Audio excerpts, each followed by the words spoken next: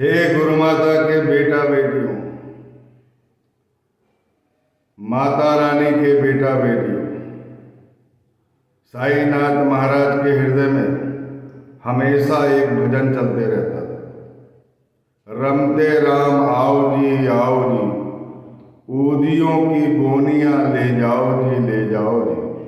रमते राम आओ जी, ऊदियों की गोनियां ले जाओ जी। इसी मंत्र के सहारे वो ऊदी का वितरण वरद हस्त देकर किया करते थे। हे बेटा बेटियों, साईनाथ महाराज के इस मंत्र के साथ ऊदी का वितरण हो रहा है और ऊदी की कथाएं चल रही हैं। ये ऊदी बहुत कल्याणकारी है। इसमें 0 केमिकल है, लेकिन एक क्रोसिन से भी पहले बुखार उतार देती है। ऐसी बाबा की अद्भुत लीला है और अद्भुत कृपा है।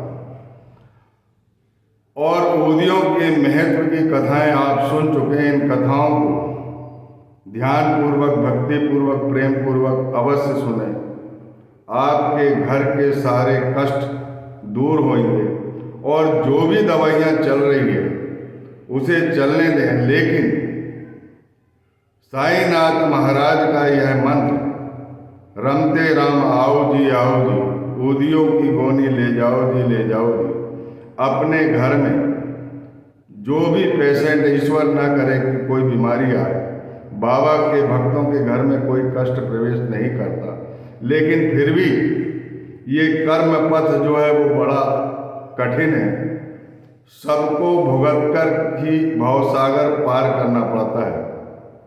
लेकिन अपनी गुरु माता ने कहे हैं, विश्वास पूर्वक कहे हैं, जो श्री हरि की शरण में जाए, जो सच्चे सदगुरु की शरण में जाए, उसे आजीवन कोई कष्ट नहीं होगा और उसके कष्टों की आहुति मैं शिरडी की धूनी में दूंगा, जो दूर गगन में बनकर लुप्त हो जाएंगे। सारे कष्ट, सारी विपत्ति, सारी वेदना, सारी पीड़ा, सारी दंश पीड़ा सब शिरडी के गगन में लुप्त होगी। और जो ऊदी है, ये संसार जो है जल रहा है। कोई भी इस संसार में सुखी नहीं है। सुखी वही है जो श्री हरि की शरण में और सच्चे सदगुरु की शरण में। हे बेटा बेटी, ध्यान पूर्वक इस अमृतमय ऊदी की कथा अवश्य सुने। इससे संकट का निवारण होता है। ये एक प्रकार की संकट मोचन है। संकट मोचन राम बाण ऊदी है। इसीलिए बाबा इस मंत्र से प्रेम पूर्वक ऊदी का वितरण करते थे। अब एक उनके एक निष्ठ अनन्य भक्त की कथा आती है, जिसे ध्यानपूर्वक सुनने का कष्ट करें। एक डॉक्टर पिल्ले थे जो बाबा के एक निष्ठ भक्त थे। एक निष्ठ भक्ति यानी जिस धाम में भी वो जाते थे, जहां भी जाते थे, वहां पर सिर्फ बाबा के दर्शन करते थे। सभी धाम को वो अपने गुरु का धाम समझते थे। उनके अंदर मैं और तू का भेदभाव नहीं था। वो तुम्हारा, ये मेरा, ऐसा उनके मन में नहीं था। जो भी साईनाथ के भक्त हैं उसके अंदर भेदभाव बिल्कुल नहीं रहेगा, क्योंकि वहां भेद की दीवार नष्ट करने वाला ही वहां उनकी शरण में जाता है। और जिसके अंदर भेद है और ईर्ष्या में वो जो जल रहा है, वो अपने बाबा को नहीं पा सकता जब तक उस पर उसके इष्ट की कृपा नहीं होगी। उसे सच्चे सदगुरु मिल ही नहीं सकते। ऐसा एक निष्ठ भक्त डॉक्टर पिल्ले थे। और उन्हें एक बार नासूर हो जाता है और इन्फेक्शन इतना बढ़ जाता है, इतनी चिलक होती है, इतनी तकलीफ होती है कि वो उस तकलीफ का वर्णन नहीं कर सकते, कराहते रहते हैं और मन ही मन ये सोचते रहते हैं कि ये मेरे पूर्व जन्म के कर्म है, इसे मुझे भुगतना ही पड़ेगा। क्योंकि उनकी आध्यात्मिक उन्नति साईनाथ महाराज ने कर दी। वो समझ गए थे कि जो भी कष्ट आते हैं ये कर्म पथ के कारण आते हैं, अपने पूर्व जन्मों के कर्मों के कारण आते हैं, दुर्भाग्य के कारण आते हैं, और इन्हें भुगतते रहना चाहिए और ईश्वर की शरण में जाना चाहिए। लेकिन जब असहनीय कष्ट हो गया, जब उनसे रहा नहीं जा रहा था, तो मन ही मन सोचने लगे कि मैं इस कष्ट को 10 जन्मों में इसका बंटवारा कर देता हूं, मैं 10 जन्म तक इस कष्ट को भोग लेना चाहता हूं। काका साहब दीक्षित उनके पास थे और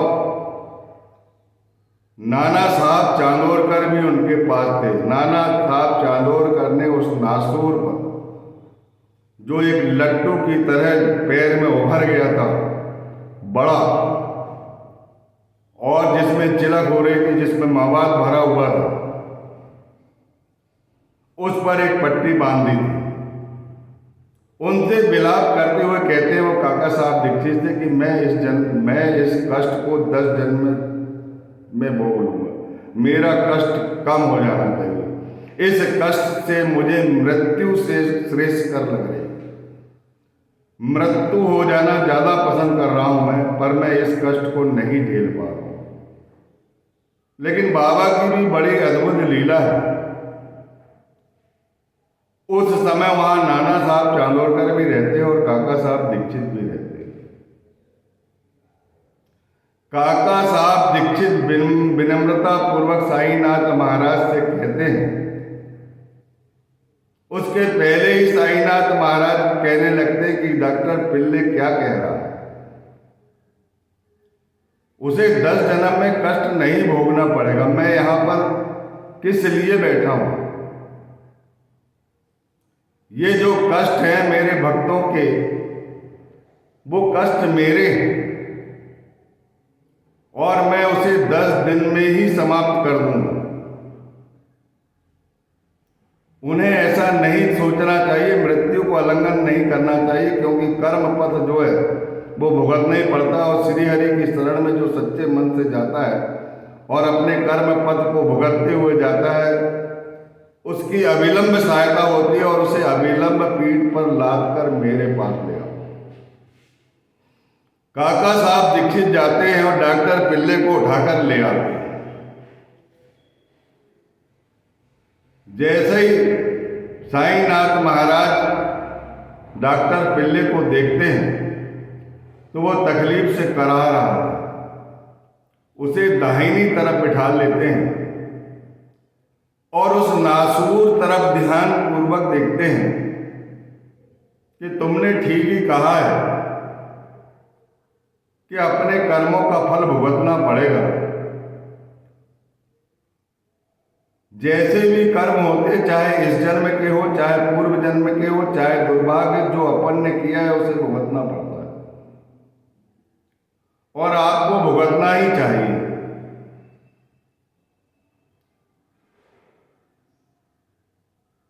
फिर साईनाथ महाराज को दया आ गई। डॉक्टर पिल्ले कहने लगे कि मैं अपने कष्ट को 10 जन्म में भोगना चाहता हूं, मेरे कष्ट का जो वितरण है वो 10 जन्मों में कर दीजिए। मुझे असहनीय कष्ट हो रहा है, असहनीय पीड़ा हो रही है, और आपके होते हुए ये पीड़ा मुझे नहीं होना चाहिए। मैं जानता हूं कि मेरे पिछले जन्म के कर्म जो है मैं भुगत रहा हूं, मैं इस बात को अच्छे से जान रहा हूं, क्योंकि मैं आपके सानिध्य में रहा हूं। जो भी कष्ट आते हैं वो अपने कर्मों के कारण ही आते हैं, मुझे इस बात की जानकारी है। मेरे इन कष्टों को आप 10 जन्मों तक वितरित कर दीजिए, इस कष्ट को बांट दीजिए। मैं डॉक्टर होने के बाद भी इसकी चिकित्सा नहीं कर पा रहा हूं, मुझे इस तकलीफ से निजात दिलाइए। बाबा ने कहा कि इस तरह व्यथित ना हो, इस तरह दुखी ना हो, संताप ना करो। मैं यहां बैठा हूं कष्टों को हरने के लिए, और ये पट्टी इस पर किसने बांध रखी है? तब डॉक्टर पिल्ले कहने लगते कि ये पट्टी नाना साहब चांदोरकर ने बांधी। बोले नाना तो मूर्ख है, बाबा के शब्द है, अगर वो जो भी बोलते हैं वो सब सुख देने वाले रहते हैं। चाहे वो हास्य विनोद में बोले, चाहे जिस प्रकार से भी बोले, उनके अंदर बेहद प्रेम रहता है। उन्होंने पट्टी खुलवाई, अगर ये पट्टी नहीं खोलोगे तो मारे जाओ। तब तत्काल उनने पट्टी खुलाई और उनको बोले प्रेम पूर्वक कि अभी थोड़ी देर बाद एक कौवा आएगा और तुम्हारे इस नासूर की वो शल्य चिकित्सा कर देगा।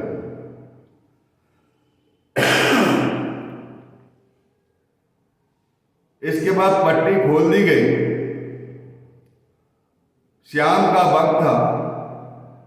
अब्दुल्ला बाबा वहां पर साफ सफाई करने जाते हैं, झाड़ू वगैरह लगाने जाते हैं, दिया बत्ती करने जाते हैं।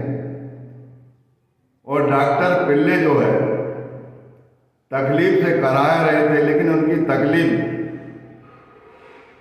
बाबा के जो अनमोल वचन है और द्वारका माई का जब स्पर्श होता है तो कष्ट तो उनके थोड़े कम हो गए थे, उतनी अशांति और उतनी बेचैनी नहीं थी। बाबा अब्दुल्ला जब झाड़ू लगा रहे थे तो उनका एक पैर जो है वो डायरेक्ट नासूर पर धोखे से लग जाता है और वो चिल्ला उठते हैं, हे राम हरे राम हरे राम। और वो नासूर का चोट लग जाने के कारण पैर लग जाने के कारण वो नासूर पूरी तरह फूट जाता है और उसमें मवाद बहना चालू हो जाता है और उसमें से 7 कीड़े निकलते हैं। और इसके बाद वो बहने के बाद उन्हें बेहद आराम होता है और वो प्रेम पूर्वक गाने लगते हैं, करम कर मेरे हाल पर तो रहीम, तेरा नाम रहमान है और रहीम। करम कर मेरे हाल पर तो करीम, तेरा नाम रहमान है और रहीम। तू ही दोनों आलम का सुल्तान है, जहां में नुमाया तेरी शान है।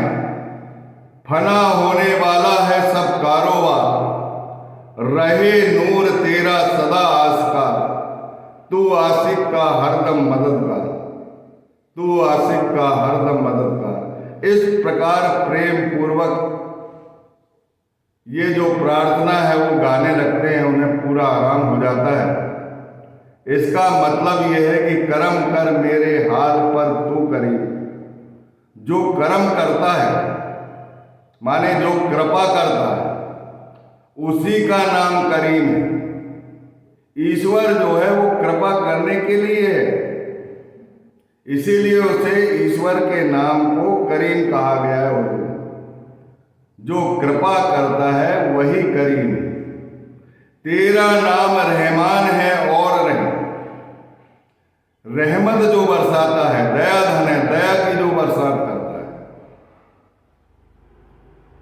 उसी को रहीम कहा जाता है। वही ईश्वर है जो दया और कृपा बरसाता है।